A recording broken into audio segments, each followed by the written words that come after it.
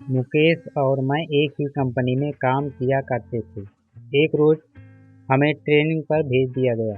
हमारी इससे पहले औपचारिक बातें ही हुआ करती थी, पर ट्रेनिंग पर हमें एक दूसरे को जानने का मौका मिला। हमें कमरे में एक साथ ही रुकना था। साथ रहकर हम आपस में काफ़ी घुल मिल गए। अक्सर रात को मुझ पर से चादर हट जाती तो मुझे मुकेश चादर उड़ा दिया करता था। मैंने उससे पूछा, क्यों जागते रहते हो रात भर? मेरी तो आदत है करवट बदल बदल कर सोने की, चादर तो टिकती ही नहीं। मुकेश ने मेरी बात का कोई जवाब नहीं दिया। अगले दिन वो कुछ शांत नज़र आने लगा। रात को सोते समय मुकेश ने जो मुझे बताया वो न केवल दिलचस्प था, बल्कि कुछ ऐसा था जो मैंने ना तो कभी सुना ही था और न कभी महसूस किया था। ऐसा कम ही देखने को मिलता है। बात केवल विश्वास की रह जाती है। मुकेश ने कहना शुरू किया, आप शायद यकीन न करें, 2003 का साल था। टीवी देखना, लाइब्रेरी जाना, दोस्तों से मिलना जुलना मेरी दिनचर्या बनी हुई थी। ऐसे में एक दिन मैं अपने दोस्त से मिलने उसके घर गया हुआ था। पता चला मेरे छोटे भाई दिनेश की तबीयत खराब है। मैं तुरंत घर को निकल पड़ा। वहाँ देखा परिवार के सभी लोग मौजूद हैं। दिनेश जोरों से चीख रहा है, जैसे उसे किसी तरह का दर्द हो रहा हो। उसकी हालत बिल्कुल भी देखने लायक नहीं थी। 3-4 लोग भी मिलकर उसे संभाल नहीं पा रहे थे। पिताजी ने कहा, इसे तुरंत डॉक्टर के पास ले चलते हैं, पर माँ ने मुझे चुप रहने का इशारा किया। दिनेश चीखता और बेहोश हो जाता। दिनेश की चीखें अब भयानक होने लगी थी। कोई उसका सर दबा रहा था, कोई उसकी छाती मल रहा था। नानी ने कहा, इसे पूजा घर में ले चलो। इतना सुनते ही दिनेश जोरों से चीखा। शायद यह बात उसे पसंद नहीं आई। उसे घसीट कर पूजा घर में लाना पड़ा। यहाँ वो और भी जोरों से चीखने लगा। उसे संभलना मुश्किल हो रहा था, तो हमने उसे कुर्सी से बांध दिया। फिर नानी ने उससे प्रश्न किया, बता कौन है तुम? सुनकर दिनेश गुस्से में भर गया। उसका सर और छाती अब भट्टी की तरह तपने लगी। उसे अब संभालना मुश्किल हो रहा था। नानी ने फिर कहा, बता कौन है तुम? इस बार दिनेश ने गुस्से में अपने दांत पीस लिए। उन दांतों को किटकिटाने की आवाज़ मेरे कानों में दर्द करने लगी। उसके बदन की सारी हड्डियां कड़क रही थीं। आखिर में उसने अपनी जबान बाहर निकाली, जो काली पड़ चुकी थी। यकीन नहीं हो रहा था किसी इंसान की जबान खींचकर इतनी लंबी हो सकती है। नानी ने फिर अपनी बात को दोहराया, बता कौन है तुम? कहाँ से आया है? इस बच्चे ने तेरा क्या बिगाड़ा है? जहाँ से भी तुम आए हो वहीं लौट जाओ।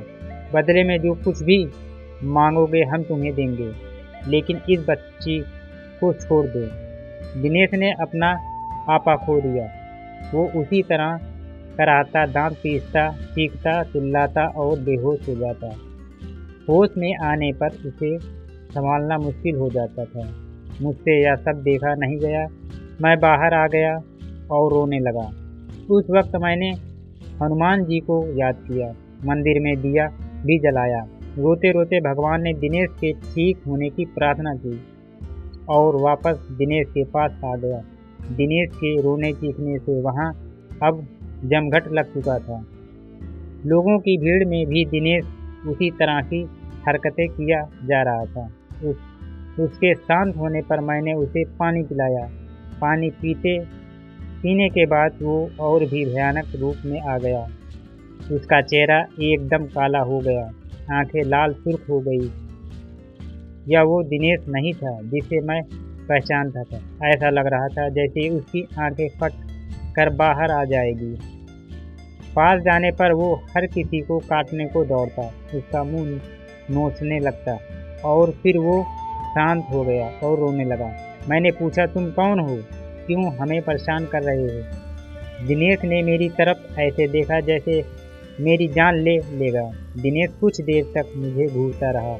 वो दिनेश नहीं था, उसकी जगह किसी और ने ले ली थी। सबको बारी बारी घूरने के बाद उसकी आंखें अपने कोटक में गोल गोल घूमने लगीं। ऐसा नज़ारा जीवन में पहली बार ही देख रहा था, बल्कि मैं तो कहूँगा यह सब कुछ जीवन में पहली बार ही देख रहा था। वो चीखना, चिल्लाना, वो भयानक सी हंसी, वो दांत पीसना, किटकिटाना, दर्द में कराहना, हड्डियों का एक साथ कड़कना, सब कुछ एक मनहूसियत में बदल चुका था। फिर दिनेश ने एक लंबी सांस खींची और छोड़ी। उसकी सांस की दुर्गंध इतनी थी, सब अपना मुंह ढककर घर से बाहर निकल गए और वो पागलों की तरह हंसा। वापस अंदर जाने पर दिनेश फिर सभी को घूरने लगा। हमने वापस उससे पूछा, कौन हो तुम? फिर वो एक औरत की आवाज़ में बोला, मैं शहडोल की हूँ, मैं हूँ संतरा। उसने मुझे जगा दिया, मैं इसे नहीं छोड़ूंगी, इसे अपने साथ लेकर जाऊंगी। और हंसने लगी। हमने कहा, जो तुम मांगोगे हम तुम्हें देंगे, पर इसे छोड़ दो। वो दुष्ट आत्मा अब अपने पूरे रूप में आ गई और बोली, मुझे एक मटकी, 4 नारियल, चुनरी, श्रृंगार का पूरा सामान ला कर दो तो मैं चली जाऊंगी, नहीं तो इसे अपने साथ ही ले जाऊंगी। जल्दी करो, दफा हो जाओ, ये सामान लेकर ही आना, वरना इसे तो मैं चबा जाऊंगी। और हंसने लगी। अब सबके चेहरे पीले पड़ गए। मैं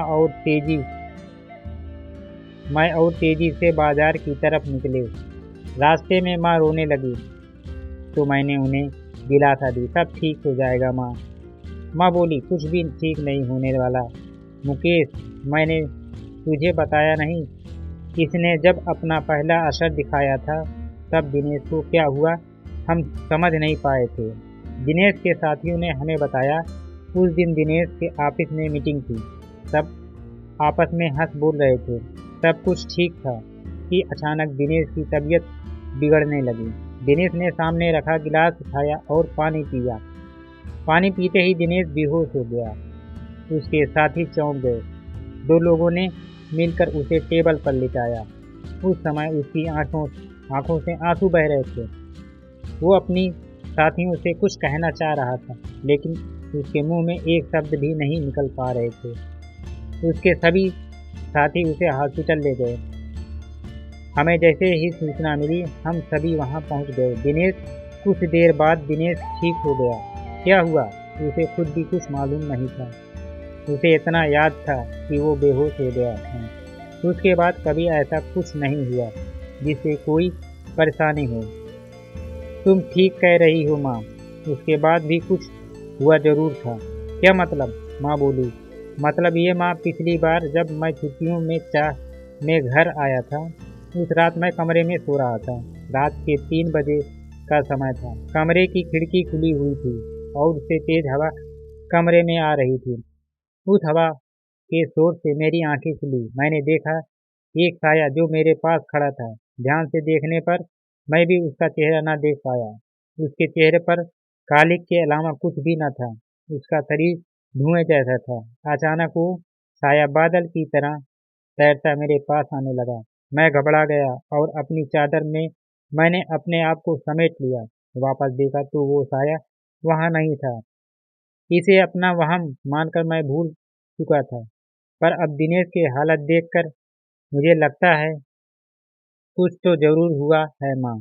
इसके बाद मैं मटकी लेने चला गया और माँ सिंदूर के लिए सामान खरीदने लगी। मुझे दुकान बंद मिली तो मैं सीधे कुम्हार के घर चला गया। वहां से लाल और काली 2 मटकी लेकर आया। वापस आकर ज्यों ही सामान हमने दिनेश के आगे रखा वो शांत हो गया। नानी उसे देखने गई और दिनेश के सामने जाकर खड़ी हो गई। कुछ देर तक नानी उसे ऐसे ही देखती रही। तो हमने नानी से पूछा, क्या हुआ नानी? नानी हमारी ओर पलटी। अब नानी के चेहरे पे भाव दिनेश जैसे हो गए थे। हम और भी घबरा गए। नानी ने भी उसी चीख के साथ रोना शुरू कर दिया और कहा, मैं शाहडोल की हूँ, मेरी हत्या कर दी गई थी, मेरी लाश के बेरहमी के टुकड़े टुकड़े करके दफन कर दिया गया, मुझे इंसाफ चाहिए मुझे। जहाँ गाड़ा गया वहाँ ये लड़का पेशाब कराया। मैं सोई हुई थी, उसने मेरा अपमान किया और मुझे जगा दिया। पर अब मुझे कुछ नहीं चाहिए, मैं जा रही हूँ, मुझे रास्ता दो। हमने पूछा, तुम इसे दोबारा परेशान नहीं करोगी? वो बोली, नहीं, इससे मेरा अपमान किया, जिसकी सजा मैं दे दी। अब मुझे जाने दो। और नानी बेहोश होकर गिर गई। हमने नानी को संभाला। इतनी देर में दिनेश भी सामान हो चुका था। हमने दिनेश को भी कुर्सी से खोल दिया। फिर कुछ दिन और बीते। दिनेश को काम के लिए भोपाल जाना पड़ा। दिनेश और ऑफिस के कुछ लोग होटल में रुके। होटल की होटल में आधी रात को लोगों ने शिकायत की, वहां कमरे से रोने की आवाजें आ रही हैं। होटल कर्मी ने जाकर देखा तो वहां आवाजें दिनेश के कमरे से आ रही थी। कमरा बंद, अंदर से बंद था। तो होटल कर्मी ने दूसरी चाबी से कमरे का दरवाजा खोला। सामने दिनेश था, होटल की चादर में पूरा लिपटा हुआ, और जमीन से 2 फुट ऊपर हवा में उसका शरीर तैर रहा था। उसके मुंह से अजीब अजीब आवाजें आ रही थी। इस भयानक नज़ारे को देखकर उन लोगों के दिल दहल गए। कुछ लोग तो भाग खड़े हुए। बाकी लोगों ने दिनेश को पकड़ा तो वो चीख पड़ा और चिल्लाने लगा। लोगों ने पुलिस को फोन कर दिया। शांति भंग के आरोप में पुलिस दिनेश को ले गई। उसके साथियों ने उसे छुड़ाया। उसके बाद दिनेश का लगातार यही हाल रहा। किसी ने मांडल के जंगलों में एक तांत्रिक होने की बात हमें बताई। शायद वो दिनेश को ठीक कर सके। हमने उसे बुलाया। उस तांत्रिक ने भी आत्मा से बातें की तो उसकी वही मांग शुरू हो गई। मटकी, नाचार, नारियल, चुनरी और श्रृंगार का सामान। अभी तक याद है मुझे वो किस तरह अपनी मांगे दोहराती थी। इन सब के साथ उसने शराब भी मांगी। रात के समय शराब कहीं भी नहीं मिली। मैं भागा भागा और मोहल्ले की उन गलियों में गया जहाँ से मुझे गुजरना भी गंवारा नहीं था। पर भाई की सलामती के लिए भी उन गलियों में गया जहाँ अक्सर लोग नशे में धुत पड़े रहते थे। शराब की दुर्गंध के कारण दिन में भी उस गली से कोई नहीं गुजरता था। वहां जाकर मैंने उन लोगों से शराब मांगी तो उन्होंने कहा, क्या आज तू भी पिएगा? आजा आजा, बैठ यहाँ। आजा तू बेटा, सारे गम भूल जाएगा। मैं गम भुलाने नहीं आया हूँ। मेरे भाई की तबीयत खराब है, उस पर ऊपरी साया है।